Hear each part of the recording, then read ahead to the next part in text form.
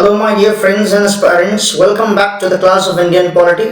So, we have been taking up the lectures on Indian polity, and this is a series where we are covering Indian polity with respect to the upcoming examination of UPSC CSE preliminary examination of 2022. So, till now, we have covered certain lectures of this, and we have been doing the lecture on part number 4, topic number 4 of Vision IAS PD 365, that is judiciary, and this will be our third lecture in the judiciary series, right? Okay, so our first news of today is mediation bill. So what is mediation bill? क्या है mediation bill? आइए देखते हैं और क्यों रहा है ये न्यूज में। तो जो मीडिएशन बिल है, रिसेंटली इसे इंट्रोड्यूस किया गया राज्यसभा के अंदर, इंट्रोड्यूस किया गया राज्यसभा में। दोस्तों ये बात याद रखना, क्योंकि ज्यादातर बिल कहाँ इंट्रोड्यूस होते हैं? लोकसभा में, लेकिन इसे कहाँ इंट्रोड्यूस किया गया मेरे दोस्त? राज्यसभा में। इंपॉर्टेंट स्टेटमेंट है, याद रखिएगा। और इसे रेफर कर दिया गया है किसके पास?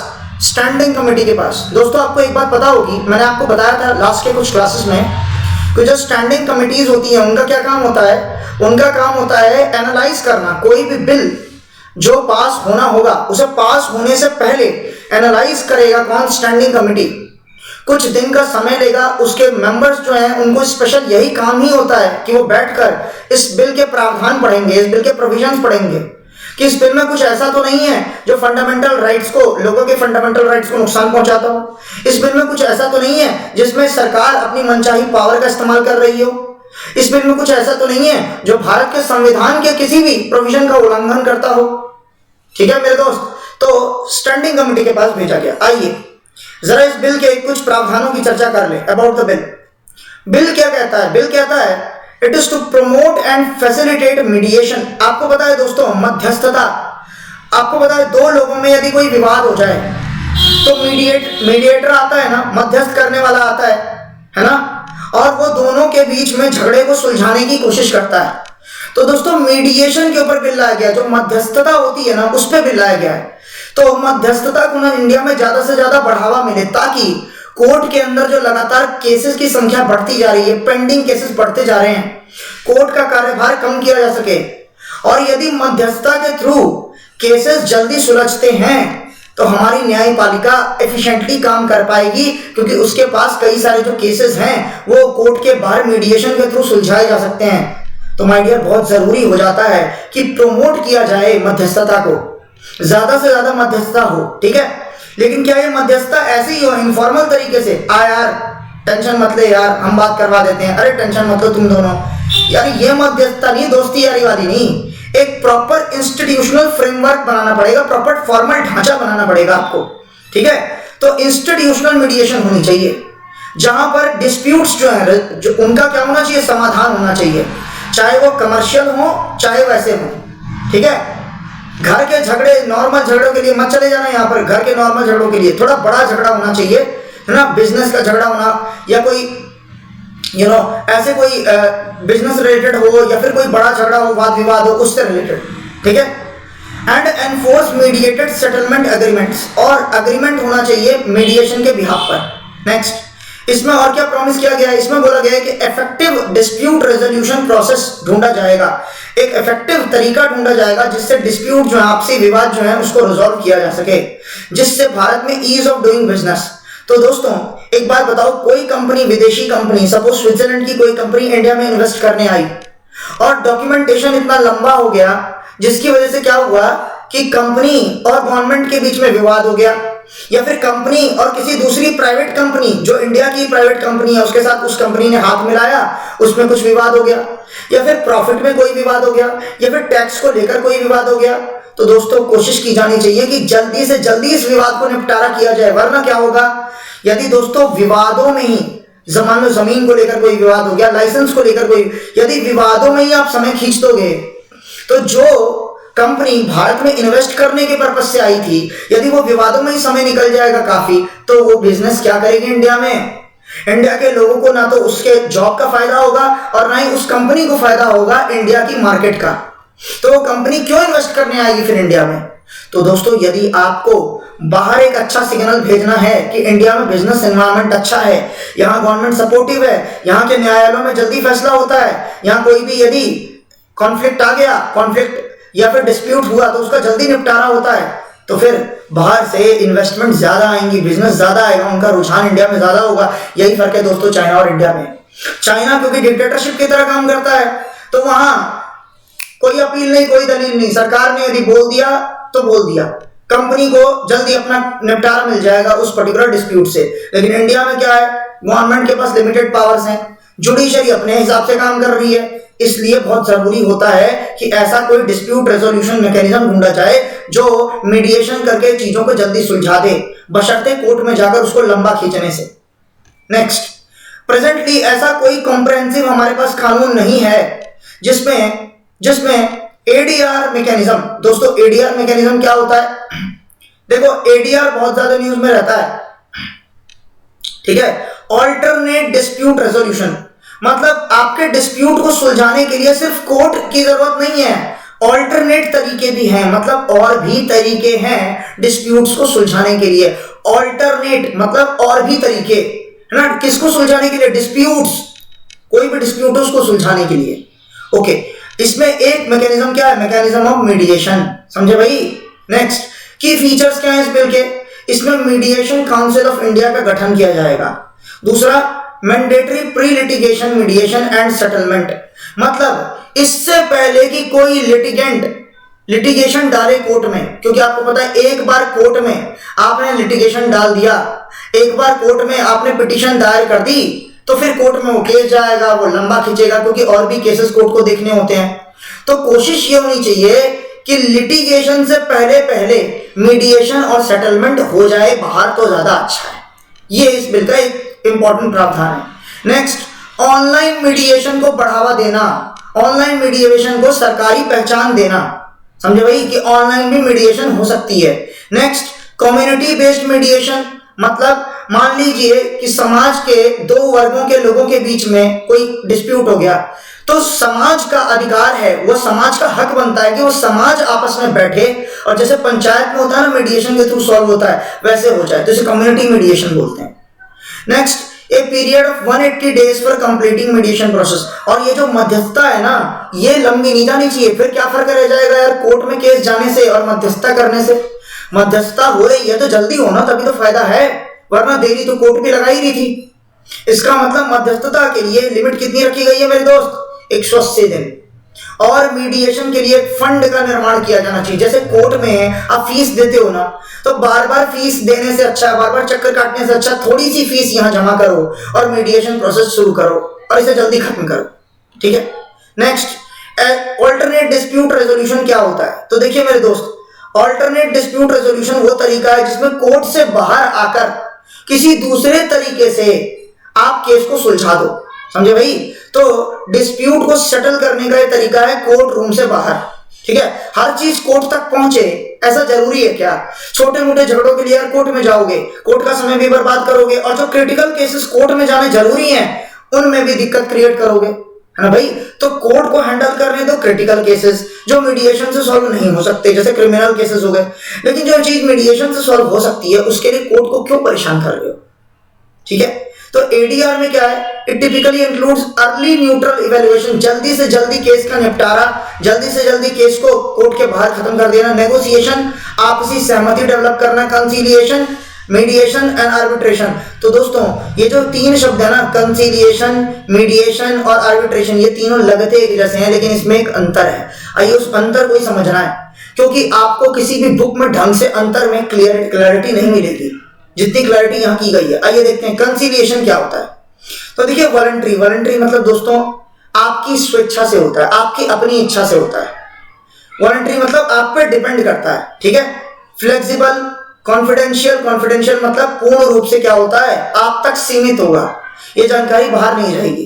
एंड इंटरेस्ट बेस्ड प्रोसेस, जिसमें क्या होता है एक एमिकेबल तरीके से, मतलब फ्रेंडली मैनर से, मतलब देखो एक ऐसा तरीका है जिसमें आप अपनी मर्जी से एकदम फ्लेक्सिबल होके, कोई दबाव नहीं होता और आपकी बातें सिर्फ आप तक ही सीमित रहेगी, बाहर नहीं जाएगी, और आपका इंटरेस्ट को देखते हुए एकदम दोस्ती याराना तरीके से आपका डिस्प्यूट सॉल्व कर दिया जाता है। और इसमें एक थर्ड पार्टी की मदद ली जाती है, मतलब आप लोग आपस में बैठ के सॉल्व नहीं करते, एक थर्ड पार्टी आती है और वो कंसीलिएटर का काम करती है, ठीक है। ओके, जब रेडी हो जाते हैं सारी पार्टीज, मतलब कंसिलिएटर और दोनों पार्टी जब रेडी हो जाती हैं, तो ये दोनों पार्टीज कंसिलिएटर को जाकर कहेंगी, ठीक है, कि एक नॉन बाइंडिंग सेटलमेंट प्रपोजल तैयार किया जाए। नॉन बाइंडिंग मतलब ये जरूरी नहीं है कि दोनों पार्टी उस बात को माने, बात समझना।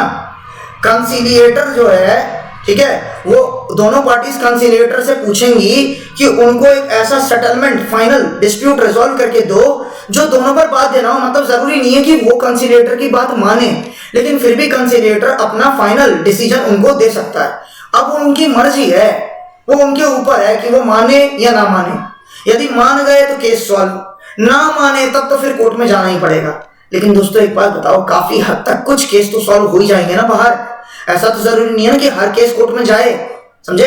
तो कंसिलिएटर के डिसीजन से यदि दोनों पार्टी सहमत हो जाती हैं तो वेल एंड फाइन। इसलिए बोला गया वॉलंटरी फ्लेक्सिबल, मतलब आपकी मर्जी है कि आप स्वीकारो कंसिलिएटर के डिसीजन को, या आपके ऊपर है। यदि आप नहीं स्वीकारते हो, यदि एक भी पार्टी ऐसी है जो नहीं स्वीकारती, तो वो कोर्ट में जा सकती है, वो उसकी अपनी फिर स्वेच्छा है, ठीक है। नेक्स्ट, आर्बिट्रेशन क्या होता है मेरे दोस्त? It is a procedure in which dispute is submitted by agreement of the parties. इसका मतलब ये है कि दोनों जो पार्टी हैं जिनके बीच में क्या है, डिस्प्यूट है, वो एग्री करने चाहिए, ठीक है, और वो अपने डिस्प्यूट को क्या करेंगे, सबमिट कर देंगे। दोनों एग्री हो गए, ठीक है, किसको? वन और मोर आर्बिट्रेटर्स, ठीक है। आर्बिट्रेटर कौन होता है? जो बीच में मध्यस्थता करने आया ना। आर्बिट्रेटर क्या होता है? बिचौलिया। आपने सुना होगा कई बार ये टर्म बिचौलिया। ये बिचौलिया एक बंदा भी हो सकता है, एक से ज्यादा लोग भी हो सकते हैं, एक कंपनी भी हो सकती है। तो ये जो बिचौलिया है ना, इस बिचौलिए को दोनों डिस्प्यूट वाली पार्टीज जो हैं, ठीक है, दोनों डिस्प्यूट वाली पार्टीज वो अपने अपने अग्रीमेंट इनको देंगी। किसको? बिचौलिए को। बिचौलिया इन दोनों की अग्रीमेंट को स्टडी करेगा और स्टडी करने के बाद एक डिसीजन देगा, और ये डिसीजन मेरे दोस्त बाइंडिंग होती है, मतलब मानना ही पड़ेगा। क्यों मानना, क्यों पड़ेगा? एक बात बताओ, बिचौलिए को अग्रीमेंट देने से पहले बिचौलिए ने बोला था भैया अग्रीमेंट मुझे दे दो, अब अग्री करोगे कि नहीं? आप पहले ही मान चुके हो कि आर्बिट्रेटर जो भी डिसीजन देगा मैं अग्री करूंगा। अब देखो, आप पहले ही मान चुके हो कि जो भी डिसीजन आएगा आर्बिट्रेटर के थ्रू, वो आप मान चुके हो कि आप उस पर अग्री करोगे। तो डिसीजन आने के बाद आप मुकर नहीं सकते, वो आपके ऊपर बाध्य होगा। क्योंकि देखो भैया, दो में से किसी एक के फेवर में डिसीजन जाएगा और किसी एक के फेवर में नहीं जाएगा। तो जिसके फेवर में डिसीजन नहीं गया वो बाद में ये नहीं बोल सकता कि मैं अग्री नहीं कर रहा आपके डिसीजन से। अग्री करना पड़ेगा, क्योंकि आप पहले ही सहमति जता चुके थे कि जो भी डिसीजन आएगा मैं उसके रिस्पेक्ट करूंगा। इसीलिए दोस्तों ध्यान रहे, कंसिलिएटर का डिसीजन बाइंडिंग नहीं था, ये वॉलंटरी था, मतलब दोनों पार्टी के ऊपर था कि वो माने या ना माने। लेकिन आर्बिटर या आर्बिट्रेटर का डिसीजन मानना ही पड़ेगा। क्लियर? ये अंतर है, बहुत बड़ा अंतर है ये। नेक्स्ट, मीडिएशन क्या होता है? मध्यस्थता। तो देखो, मध्यस्थता क्या है? ये भी एक प्रोसीजर है बाकी दोनों की तरह, ठीक है। इसमें क्या होता है, एक न्यूट्रल बंदा आता है। न्यूट्रल बंदा मतलब ना तो मैं इसकी तरफ का हूं और ना ही मैं उस पार्टी की तरफ का हूं, मैं न्यूट्रल हूं। मतलब मुझे दोनों पार्टी में से किसी से कोई मतलब नहीं है। तो एक न्यूट्रल इंटरमीडिएट आएगा, इसे क्या बोलते हैं? मीडिएटर बोलते हैं, मध्यस्थ बोलते हैं, ठीक है। ये क्या करेगा? दोनों पार्टी को देखो, ये फैसला सुनाने नहीं आया, ये दोनों पार्टी को ना एक म्यूचुअल सेटिस्फैक्टरी सेटलमेंट पर लेकर आना चाहता है। मतलब ये दोनों पार्टी को अग्री करना चाहता है किसी एक बात पर लाकर। और ये आमतौर पे मीडिएशन ही होती है दुनिया में, कि दोनों पार्टी एक बात पर आकर सहमत हो जाए, कुछ कॉम्प्रोमाइज इसको करना पड़े, कुछ कॉम्प्रोमाइज इसको। मतलब निर्णय जो है ना, यहाँ पर जो फाइनल फैसला है वो किसी एक के पक्ष में पूरा नहीं जा सकता। समझे भाई? पहले जो आपने आर्बिट्रेशन और कंसिलिएशन देखा, उसमें किसी एक के पक्ष में फैसला जाता है, लेकिन यहाँ पर क्या होता है, दोनों थोड़ा कॉम्प्रोमाइज करके म्यूचुअल सेटिस्फेक्शन लेते हैं। समझे भाई? और ये जो सेटलमेंट होता है ना दोनों के बीच, इस सेटलमेंट को रिकॉर्ड कर लिया जाता है। क्यों? क्योंकि ये जो रिकॉर्ड है ना, सबूत की तरह काम करेगा, ताकि बाद में कोई पार्टी ये ना कह सके कि भैया मैं तो मानता ही नहीं इस डिसीजन को। अरे आप मान चुके हो, आप दोनों म्यूचुअल अंडरस्टैंडिंग के तहत फाइनल डिस्प्यूट को सेटल कर चुके हो, और डिस्प्यूट सेटल करने के बाद आपके डिस्प्यूट सेटलमेंट को रिकॉर्ड तक कर लिया गया है। अब आप मुकर नहीं सकते। समझे भाई? अब आप दोनों के ऊपर ये बाइंडिंग है, मतलब एनफोर्स कर दिया गया है कॉन्ट्रैक्ट। ध्यान रहे, ये एक एनफोर्सेबल कॉन्ट्रैक्ट के तहत रिकॉर्ड कर लिया गया है आप दोनों का एग्रीमेंट, ठीक है। As a matter of principle, a mediator will refrain from making any non-binding settlement proposal. देखो यहां पर ना पहले दो की तरह कंसिलिएटर जो है वो अपना फैसला सुनाता है जो कि नॉन बाइंडिंग है दोनों पार्टीज पे। आर्बिट्रेटर जो है वो अपना फैसला सुनाता है जो दोनों पार्टी को मानना ही होगा। लेकिन मीडिएटर ना कोई फैसला नहीं सुनाता, मीडिएटर इन्हीं दोनों की बातों को ना एक तर्ज पर लाकर खत्म कर देता है। मतलब ये दोनों ना आपसी सहमति करें, इसके लिए वहां एक न्यूट्रल बंदा बस बैठा हुआ है, वो अपना कोई डिसीजन नहीं देगा। ये फर्क है तीनों में, बात समझो। कंसिलिएटर डिसीजन देता है लेकिन वो नॉन बाइंडिंग होता है पार्टीज पे, उनकी मर्जी वो एक्सेप्ट करे ना करे, यदि नहीं करते तो कोर्ट में जा सकते हैं। आर्बिट्रेशन में पहले ही सहमति ले ली जाती है कि जो भी फैसला आर्बिट्रेटर का होगा उससे आप सहमत होंगे, और दोनों लिखकर देती हैं हाँ हम सहमत होंगे, और जब फैसला आता है तो दोनों को मानना पड़ेगा, आप कोर्ट में उसके आगे नहीं जा सकते। और मीडिएशन में क्या होता है कि एक न्यूट्रल बंदा आता है और दोनों की बातों को आमने सामने रखने को बोलता है और दोनों को थोड़ा थोड़ा कॉम्प्रोमाइज करके एक म्यूचुअल अग्रीमेंट पे लाने की कोशिश करता है, और मीडिएटर अपना कोई डिसीजन यहाँ नहीं देता, वो उन्हीं दोनों की बातों को आपस में रिलेट करवाकर उन्हें बराबर तर्ज पे ले आता है, अपनी कोई डिसीजन नहीं देता अलग से मीडिएटर। ये फर्क है। आइए आगे बढ़ते हैं, हम कुछ रिलेटेड न्यूज बात कर लेते हैं। चीफ जस्टिस ऑफ इंडिया ने एक विजन रिलीज किया, ठीक है, और एक स्टेटमेंट दिया है नेशनल लीगल सर्विसेज अथॉरिटी को लेकर, नालसा और लीगल सर्विसेज का एक एप्लीकेशन को लेकर। मतलब भारत में जो लीगल सर्विसेज दी जाती हैं, जो सेवाएं दी जाती है ना, उसमें एक ऐप की बात की गई है, ठीक है। नेक्स्ट, तो आप देखिए इस न्यूज से रिलेटेड क्या है। नालसा जिसको कॉन्स्टिट्यूट कब किया गया था, legal services authorities act of 1987। आपको यदि याद हो कि हमारी कोई प्रीवियस वीडियो में हमने नालसा का जिक्र किया था, ठीक है, और वहां पर भी हमने बोला था कि नालसा का जो गठन हुआ है वो legal services authorities act of 1987 के तहत हुआ है, ठीक है। अब याद रहे स्टेट लेवल पर भी एक लीगल सर्विसेज अथॉरिटी है, उसे क्या बोलते हैं, salsa, state legal services authority, legal services authority salsa, और नालसा क्या है, नेशनल लेवल पर है, ठीक है। तो जो नालसा का गठन किया गया था 1987 में, क्यों किया गया था कि समाज के जो कमजोर वर्ग हैं, जिनके पास पैसा नहीं होता अपना केस लड़ने के लिए, क्योंकि मान लो समाज का कोई कमजोर वर्ग है या गरीब वर्ग है और उसको कोई इल्जाम लगाकर फंसाने की कोशिश की जाए समाज के किसी उच्च वर्ग द्वारा, तो फिर क्या होगा मेरे दोस्त, उसके पास तो पैसा ही नहीं है अपने पक्ष को बचाने के लिए, अपना पक्ष रखने के लिए, अपना केस लड़ने के लिए, तो सरकार उसे प्रोवाइड करेगी क्या, free legal aid, free legal service, किसके तहत, नालसा के तहत।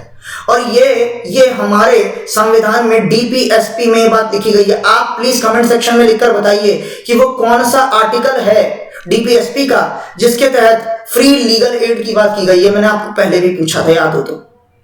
और इसी के तहत, इसी एक्ट के तहत लोक अदालत के गठन की बात की गई है, ताकि लोक अदालत जो है वो फ्रेंडली तरीके से क्या कर सके, डिस्प्यूट्स को सेटल कर सके, ठीक है। अब देखो 1976 में क्या हुआ था, गवर्नमेंट ने आर्टिकल 39A, चलो आपको आंसर चलो यही मिल गया, वो डीपीएसपी जिसमें फ्री लीगल एड की बात की गई वो 39 है, ठीक है।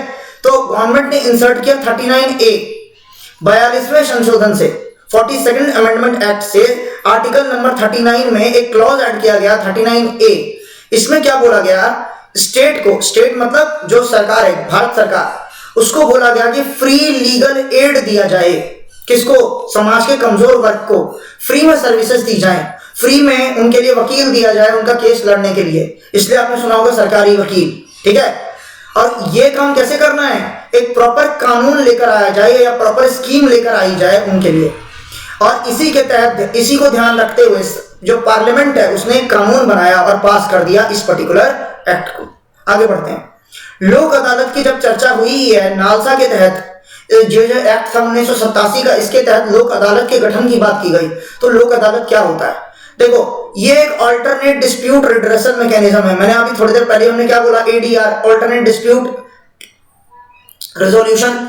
तो अल्टरनेट तरीका है ये, कोर्ट में जो मेन कोर्ट होते हैं उनमें जाकर क्यों काम करना है भाई, उनका कार्यभार क्यों बढ़ा रहे हो, है ना। लोक अदालत है, ये छोटे मोटे केसेस इसमें डील हो जाते हैं। तो ये एक ऐसा फोरम है जहां पर डिस्प्यूट या केसेस जो कोर्ट में पेंडिंग हैं, ठीक है, तो उनको ना कोर्ट में एक आगे के स्टेज में जाने से पहले ही बाहर कॉम्प्रोमाइज कर लिया जाए फ्रेंडली तरीके से, जैसे अभी हमने पढ़ा ना कॉन्सिलिएशन, आर्बिट्रेशन, मीडिएशन, ठीक उसी तरीके से लोक अदालत को जो है ना वो स्टैट्यूटरी स्टेटस मिला हुआ है, मतलब संविधान में नहीं है लोक अदालत की चर्चा, लेकिन पार्लियामेंट के द्वारा बनाए गए कानून से इसको स्टेटस मिलता है। पार्लियामेंट के द्वारा बनाए गए कानून से जब किसी को स्टेटस मिलता है उसे बोलते हैं स्टैट्यूटरी स्टेटस। ये बात मैंने आपको पहले भी बताई है। और पार्लियामेंट का कानून कब बना था? ये legal services authority act of 1987, ठीक है। Next, legal services authority act जो है, इसमें जो डिसीजन दिया जाता है जो लोक अदालत द्वारा, ठीक है, is deemed to be decree of civil court. मतलब जैसे सिविल कोर्ट होता है ना, सिविल कोर्ट मतलब जहां पे क्राइम वाले केस नहीं आते, तो सिविल कोर्ट की जैसे डिसीजन होती है ना, ठीक वैसा ही डिसीजन की इज्जत होती है किसकी? लोक अदालत की, ठीक है। और ये फाइनल और बाइंडिंग होता है दोनों पार्टीज पे। जैसे आर्बिट्रेशन में था ना, वैसे याद है ना अभी थोड़ी देर पहले आर्बिट्रेशन में डिसीजन क्या था? Final and binding. तो इनका जो डिसीजन होता है ये फाइनल और बाइंडिंग होता है मेरे दोस्त, और इसके खिलाफ आप अपील नहीं कर सकते। एक बात बताओ यार, इसके खिलाफ यदि अपील ही करनी होती तो फिर हाई कोर्ट में या डिस्ट्रिक्ट कोर्ट में जो केसेस की भरमार लगी हुई है, फिर उसको लोक अदालत में लाके सॉल्व करने की क्या जरूरत थी? भैया लोक अदालत में आया ही वो केस इसलिए था कि लोक अदालत में जो फैसला हो गया उसके खिलाफ अब आप आगे अर्जी नहीं दे सकते, ये बात फाइनल है। यदि बाद में अर्जी देने लग गए तो 100 में से 99 केस तो चले ही जाएंगे हाई कोर्ट में, क्योंकि एक ना एक पार्टी ऐसी होगी जिसको लोक अदालत का फैसला स्वीकार नहीं होगा, वो फिर से हाई कोर्ट चली जाएगी। इससे क्या होगा? केसेस तो फिर भी अभी कम हो ही नहीं, जिसके लिए हमने लोक अदालत बनाया कि केस कम हो, गरीब लोगों को मदद मिले, वो हाई कोर्ट नहीं जा सकते, वकीलों को इतनी महंगी फीस नहीं दे सकते, है ना, इतने चक्कर नहीं काट सकते, उनके पास ना पैसा है ना समय है ना, जन सुविधा नहीं है। तो इसीलिए तो लोक अदालत बनाए गए ताकि यहीं पर रफा दफा हो जाए केस। तो एक ना एक जो पार्टी है उसको तो दिक्कत होगी ना, लेकिन कोशिश ये की जाएगी कि दोनों पार्टीज को सर्वसहमति से फाइनली, है ना, फ्रेंडली तरीके से दोनों पार्टी आपस में सहमत हो जाए, ठीक है। चलिए नेक्स्ट, इसमें कोई फीस लगती है क्या सर? नहीं भैया, जब मैंने क्या बोला, नॉर्मल जन सुविधा के लिए नो कोर्ट फीस, इसमें कोई फीस नहीं लगती, ठीक है। Next, in a recent judgement Supreme Court ने क्या बोला हाल ही के अपने जजमेंट में कि Lok Adalat have no jurisdiction to decide on matter on merits, to decide the matter on merits. Once the settlement or a compromise fails, Lok Adalat has to return the case to the court from which the reference has been received. मतलब मान लो कोई, ध्यान से सुनना, ये ध्यान सुनना, मान लो कोई केस जो है वो कोर्ट में चल रहा था। कौन से कोर्ट में? लोक अदालत से ऊपर की कोर्ट में। लोक अदालत से ऊपर की कोर्ट में कोई केस गया हुआ था, है ना, डिस्ट्रिक्ट कोर्ट हो गया या हाई कोर्ट हो गया या फाइनली सुप्रीम कोर्ट हो गया, ऊपर सबसे ऊपर सुप्रीम कोर्ट आता है।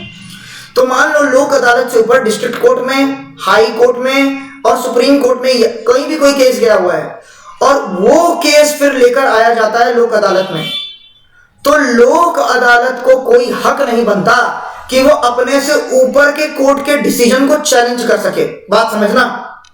और यदि लोक अदालत के फैसले से कोई भी पार्टी सहमत नहीं है तो वो केस वापस उसी कोर्ट में चला जाएगा जिसमें वो लड़ा जा रहा था। बात समझ में आ रही है?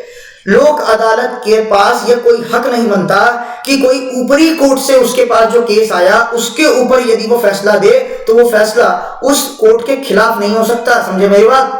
यदि वो खिलाफ फैसला देता है और कोई भी पार्टी स्वीकारती नहीं है इसका फैसला, तो उस केस में वो केस वापस उसी कोर्ट में, बड़े कोर्ट में वापस चला जाएगा। लेकिन यदि कोई केस डायरेक्टली लोक अदालत में आता है तब फिर इसका डिसीजन क्या होगा? बाइंडिंग होगा। होप आप दोनों बातों में फर्क समझ गए होंगे। आगे बढ़ते हैं। अब देखते हैं कि किन लोगों को फ्री लीगल सर्विसेज एड मिलेगा। पहला, विमेन और children, obviously. Members of ST, obviously जब रिजर्वेशन का लाभ मिलता है तो यहां भी मिलेगा।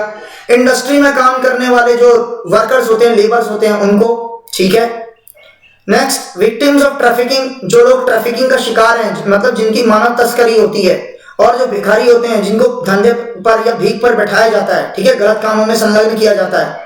नेक्स्ट, यदि कोई आपदा आई, आपदा में जो लोग अपना घर बार खो चुके हैं, जो लोग बिजली पानी से त्रस्त हैं, है ना, जिन लोगों को जरूरत है उनको। नेक्स्ट, डिसेबल्ड पर्संस मतलब आप समझ गए, दिव्यांग लोग। पर्सन्स इन कस्टडी, कस्टडी में जो लोग हैं उनको बहुत ज्यादा जरूरी हो जाता है, वरना क्या हो सकता है, उनके ऊपर जुल्म हो सकते हैं पुलिस के द्वारा, है ना। Next, person in receipt of annual income of less than 5 lakh if case is before supreme court, यदि सुप्रीम कोर्ट में कोई केस चल रहा हो और उस पर्सन की सालाना इनकम 5 लाख से कम है, तो यार ऑब्वियस सी बात है सुप्रीम कोर्ट में यदि आपका केस चल रहा है और आपकी सालाना इनकम 5 लाख से कम है, तो यार आपका अच्छा खासा पैसा तो सुप्रीम कोर्ट में चला जाएगा। आप अपना घर कैसे चलाओगे, जिंदगी कैसे चलाओगे, फैमिली कैसे चलाओगे। उस केस में उस बंदे को भी फ्री लीगल एड की सुविधा उपलब्ध कराई जाएगी सरकार के द्वारा। क्लियर है अभी बात। नेक्स्ट आगे बढ़ते हैं, नोट करिए, senior citizen eligible for free legal aid depends on the rules framed bye respective state governments. देखो भाई, सीनियर सिटीजन को फ्री लीगल एड मिलेगा या नहीं, ये उस स्टेट की सरकार पर डिपेंड करेगी। आमतौर पे तो हर जगह मिलता है। नेक्स्ट आइए अपने अगले न्यूज के पास चलते हैं। न्यूज क्या है हमारा next, United States convention on international settlement agreements resulting from mediation also known as Singapore convention on mediation has come into force. United Nation का convention on international settlement agreements, ठीक है, mediation का जो है, तो यहां पर फिर से मीडिएशन की केस की चर्चा हो रही है। आइए देखो, इंडिया ने जो ये वाला कन्वेंशन है जुलाई 2019 में अप्रूव कर दिया था कि इसे हमें साइन करना है। क्लियर है। अब रिसेंटली जो इंडिया सिंगापुर मीडिएशन समिट हुई है ना, एड्रेसिंग, इसमें जो भारत के जो मुख्य न्यायाधीश हैं, है ना, तो चीफ जस्टिस ऑफ इंडिया, उन्होंने क्या बोला है कि मीडिएशन को मैंडेटरी स्टेप कर देना चाहिए for resolution for every allowable dispute. इसका मतलब कोई भी केस आए, बहुत ध्यान से सुनना, बहुत बड़ी बात कह दी है भारत के supreme chief justice of India ने। उन्होंने ये कहा है कि कोई भी केस हो जिसमें डिस्प्यूट की बात हो रही हो, ठीक है, तो उसका पहला स्टेप ही होना चाहिए क्या, मीडिएशन। मतलब कोशिश होनी चाहिए कि हर केस मीडिएशन से सॉल्व हो जाए। यदि वो मीडिएशन से सॉल्व नहीं होता तब उसे हायर कोर्ट में जाना चाहिए। इससे कोर्ट का कार्यभार कम होगा और कोर्ट की एफिशिएंसी बढ़ेगी। केसेस जितने कम होंगे कोर्ट उतनी जल्दी फैसला दे पाएगा और कोर्ट के पास कार्यभार भी फिर कम होगा। ठीक है भाई, लोगों को भी परेशानी नहीं होगी। क्लियर। तो हमारे इंडिया जो है उन्होंने ये बड़ी बात कही है। Next, it is also the first UN treaty to be named after Singapore, very very important। United Nations की कोई भी ये ऐसी ये पहली ट्रीटी है जिसमें सिंगापुर का नाम है, इसलिए लिखा हुआ है ना, देखो, सिंगापुर कन्वेंशन ऑन मीडिएशन। तो जितनी भी ट्रीटी आज तक यूनाइटेड नेशन से गई है उसमें ये पहली ऐसी ट्रीटी है जिसमें सिंगापुर की चर्चा हुई है। नेक्स्ट, ये जो कन्वेंशन है ये एक हथियार की तरह है, इट इज एन इंस्ट्रूमेंट, औजार है ये, किसके लिए, ताकि international trade and promotion of mediation. देखो आमतौर पर जो मध्यस्थता होती है ना ट्रेड में ही होती है, ठीक है, व्यापार में। तो कोशिश ये होनी चाहिए कि इंटरनेशनल ट्रेड में मीडिएशन से सॉल्व हो जाए तो ज्यादा अच्छा है। इससे इंटरनेशनल कोर्ट्स पे है ना कार्य जो प्रेशर है वो कम पड़ेगा। ठीक है। Next, it is also expected to bring certainty and stability. ये तो मैंने आपको बता ही दिया, इससे स्टेबल रहेगा मामला। और जो सस्टेनेबल डेवलपमेंट गोल्स है ना, जहां पर हम सस्टेनेबल डेवलपमेंट गोल नंबर 16 की बात करते हैं, very very important with respect to preliminary examination. 17 goals हैं हमारे 30 गोल्स हैं हमारे सस्टेनेबल डेवलपमेंट गोल्स। आपको ये बात पता होगी। तो ये जो सस्टेनेबल डेवलपमेंट गोल नंबर 16 है मेरे दोस्त, peace, justice and strong institutions. हमारे जो इंस्टीट्यूशंस होनी चाहिए, हमारी जो संस्थाएं होनी चाहिए बहुत स्ट्रॉन्ग होनी चाहिए, उसमें पीस होना चाहिए, जस्टिस होनी चाहिए, है ना। तो वो जो सस्टेनेबल डेवलपमेंट गोल है ना, उसकी पूर्ति के लिए भी ये बहुत जरूरी है कि जितनी मध्यस्थता से बात पहले ही सॉल्व हो जाए उतना अच्छा है। ठीक है। Next, mediation in India is divided into 2 categories. Bharat में मीडिएशन को 2 कैटेगरी में डिवाइड किया गया। पहला, कोर्ट रेफर्ड, मतलब कोर्ट खुद बोले कि भैया मीडिएशन से सॉल्व कर लो आपस में, तो कोर्ट के द्वारा रिफर किया गया, मतलब कोर्ट में केस गया, कोर्ट ने बोला कि देखो मीडिएशन से यदि सॉल्व हो जाता है तो कर लीजिए, कोर्ट ने रेफर किया है ये खुद। ठीक है। तो एक कोई ऐसा पेंडिंग केस जो काफी समय से पेंडिंग पड़ा हुआ है, तो जल्दी उसका केस सॉल्व हो, इसके लिए कोड ऑफ सिविल प्रोसीजर 1908 के तहत कोर्ट रेफर कर सकती है मीडिएशन के लिए किसी केस को। तो देखो, mediation and conciliation project committee MCPC, जिसको स्टैब्लिश किया गया था सुप्रीम कोर्ट द्वारा 2005 में, वो ये देखता है कि भैया मीडिएशन ज्यादा से ज्यादा हो। ठीक है भाई, ताकि कोर्ट तक केस कम पहुंचे या फिर कोर्ट में जो केस फंसा हुआ है उसको जल्दी से जल्दी सॉल्व किया जा सके। और दूसरा, प्राइवेट मीडिएशन, मतलब आमतौर पे जो हम खुद बाहर तौर पे पैसे देकर करवाते हैं मीडिएशन। इसमें क्या होता है, बड़े बड़े क्वालिफाइड पर्सनल्स को बुलाया जाता है, समाज के बहुत बड़े लोगों को जिनका एक्सपीरियंस होता है उस फील्ड में, उन्हें बुलाया जाता है। मान लो ट्रेड की फील्ड में कोई डिस्प्यूट चल रहा है तो ट्रेड की फील्ड का ही कोई न्यूट्रल एक्सपर्ट बुलाया जाएगा और वो मीडिएटर की तरह काम करेंगे, एक फिक्स्ड फी दी जाएगी। इसमें कोई कंपनी भी हो सकती है, बहुत सारी ऐसी कंपनियां भी होती हैं जो डिस्प्यूट सॉल्व करवाती हैं, प्राइवेट मीडिएशन बोलते हैं इसे। Next, judicial infrastructure in India. तो दोस्तों अब हम नेक्स्ट क्लास में कैरी ऑन करेंगे इस न्यूज़ को। Till then take care, goodbye. और यदि हमारा इनिशिएटिव आपको अच्छा लगे तो प्लीज़ हमारी वीडियो को लाइक कीजिए, शेयर कीजिए और चैनल को सब्सक्राइब करना मत भूलिए। Goodbye everyone.